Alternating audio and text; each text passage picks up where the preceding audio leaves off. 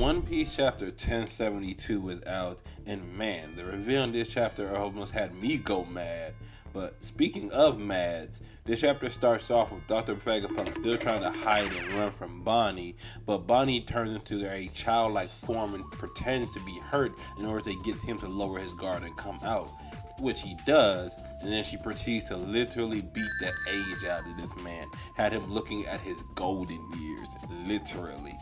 But as she has him in this chibi-like form and starts beating on him, she ends up trying to force him to tell her why he did what he did to her father. But he keeps repeating to her that he cannot because he promised him not to tell her anything. But of course, Bonnie's not having any of this and proceeds to continue to beat him in this child form. But while this is happening, Bonnie notices a door off to the side with a paw-like mark on it. And as she opens this door, she notices a giant paw bubble, something similar to Kuma, as she points out she is familiar with his abilities. And then we get a flashback with Dr. Vegapunk and Kuma from back in the day as they're talking about his ability to push the concepts like pain out of his body, and that he might be able to also do this with images and memories. But before we can even let this sit on the kind of impact this could have, we then cut away to the other Straw Hats and the other satellites of Vegapunk as they're watching Zoro defend from CP0 after attacking the Thousand Sunny.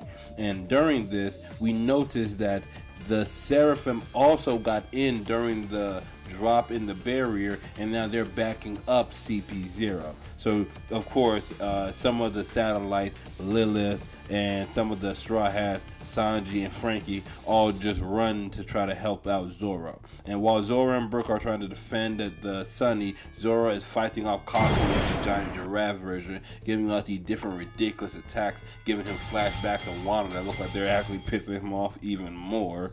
But then while Zoro is distracted, Lucci gives the command to the Seraphim to start attacking the laboratory, and they start destroying everything.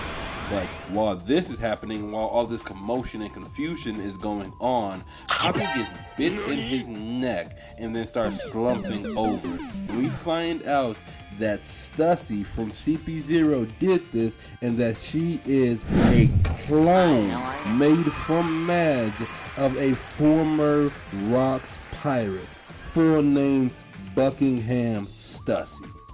Excuse me while I pick my jaw up off the